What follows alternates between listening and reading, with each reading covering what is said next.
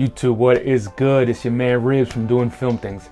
Every single week I drop a new video about film photography, so if that's your thing, definitely go ahead and subscribe.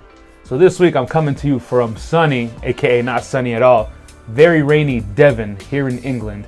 It's in the southwest coast of the country, and basically I'm out here for 2 weeks because my fiance is doing some work around here, so I'm working remotely from here as well.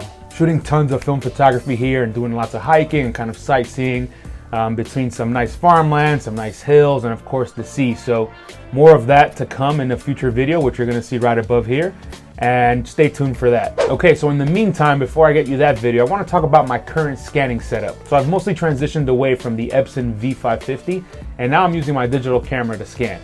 Additionally, I do have one secret hack that I wanna share with you in order to help you scan better negatives. So stay tuned for that tip, as that'll be coming a little bit later in the video. At this point, I've all but abandoned my Epson V550. I haven't sold it and I still own it, but I haven't used it in ages. And honestly, I'm loving the results that I'm getting from my digital camera now that I've kind of set it up to be perfect for my needs. So the first thing we want to talk about is obviously the light source. Negatives require transparency in order to illuminate them so you can properly scan them with your digital camera. So for that, I've been using this right here. And this is my very cheap LED panel that I picked up on Amazon. It's not special at all, but it really gets the job done.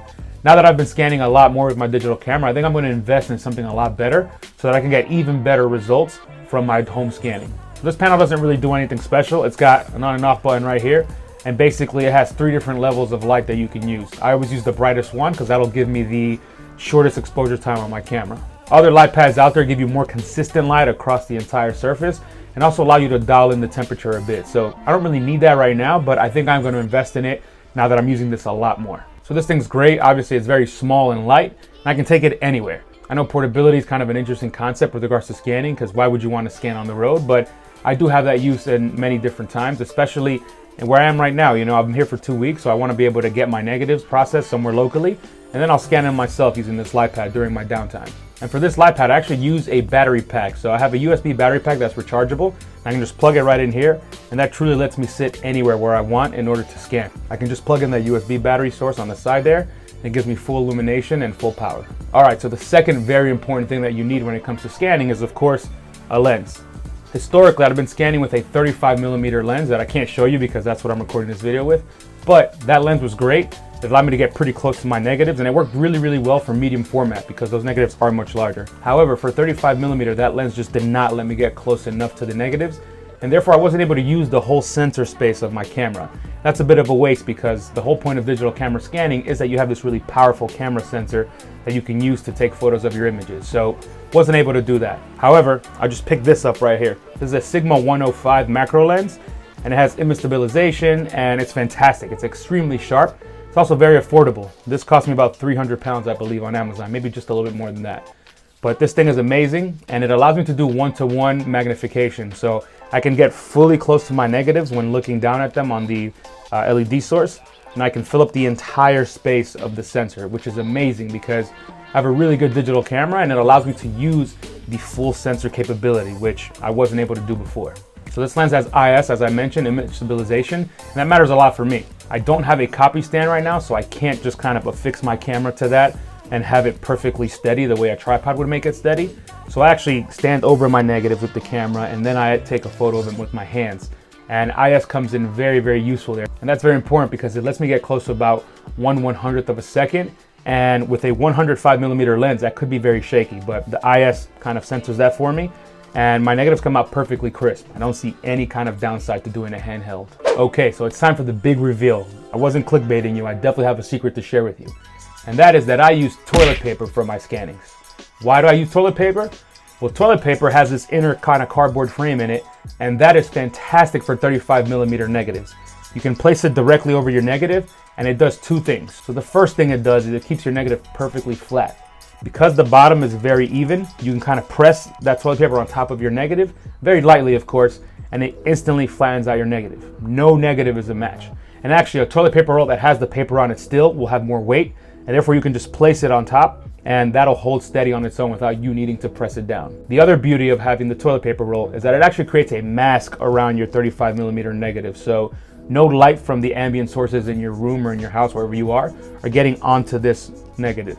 And that's great because ambient light sources create random reflections. And if you don't catch those while scanning, then you go ahead and convert your image in whatever software you use, and you get all these blotches of color and light on your image, and that just looks horrible, and obviously it's not good. So the toilet paper blocks all of that, and it allows you to get a really fantastic clean scan that doesn't have any random light pollution on it.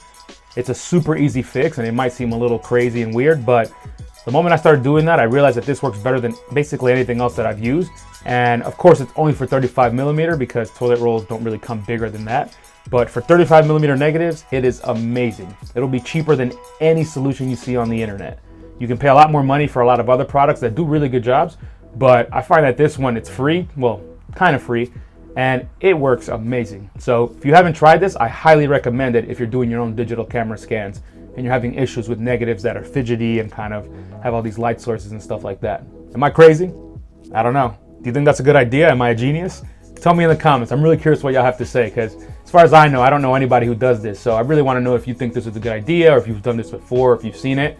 Holla at me. The last piece of equipment I want to talk to you about is actually my digital camera. I'm recording this video on it right now, so I can't show it to you, but I own the Canon EOS R, and it's about a 30 megapixel sensor on a 35mm full frame sensor size. And it's just amazing what you can do with this sensor. This isn't the best camera out there, but it's really good for photography. And for scanning my negatives, honestly, like, it does an incredible job. I don't really need anything else. And if I have a proper light source and a good lens, the camera does the rest. And just think about it. This camera, let's say, costs, I think it was about $2,000 US for a sensor that's, this big. You look at the Epson V550 that I own, that costs about $300 or $200, whatever it was.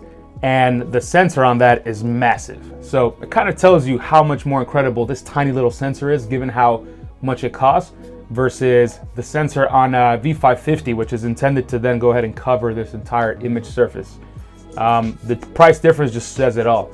And of course, the Epson V550 does a good job, and I'm not trying to knock it, but I just want you to kind of understand how that small sensor that you have in a digital camera is meant to do one thing and to do it as well as possible.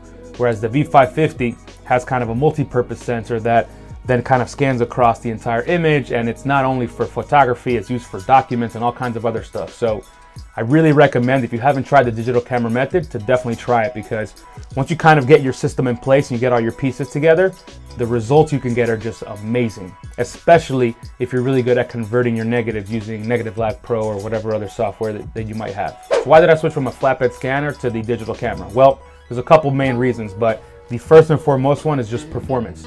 The digital camera is meant to take photos, and it has this small sensor that fits perfectly the size of 35mm, which is what I typically shoot, and it's just incredible. And the amount of detail and information you can get, it really is, it feels second to none to me, honestly. And obviously the scanner, like I said, does a really good job, but I don't know, I find that this camera, given that its only purpose is to take photos of images, it just works, and it works really well. The second reason I switched is basically because of speed. And honestly, with the digital camera, you just have to take photos. You literally press a button and boom, in an instant, you have a picture of your image.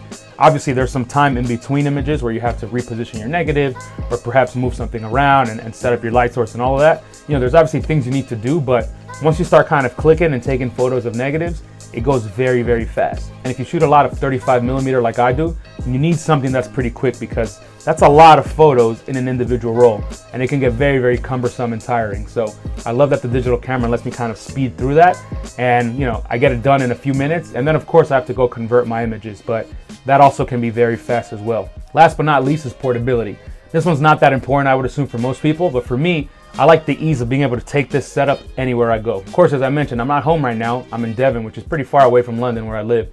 And I brought my entire setup, and my negatives that I've been shooting this week, I actually send them off to get developed locally. I'm gonna pick them up, just the negative, and then scan them myself. It saves me money and time, because on one hand, if I had the lab do everything, I would have had to pay for scanning and for dev, and that adds up very fast, especially if you have a lot of rolls.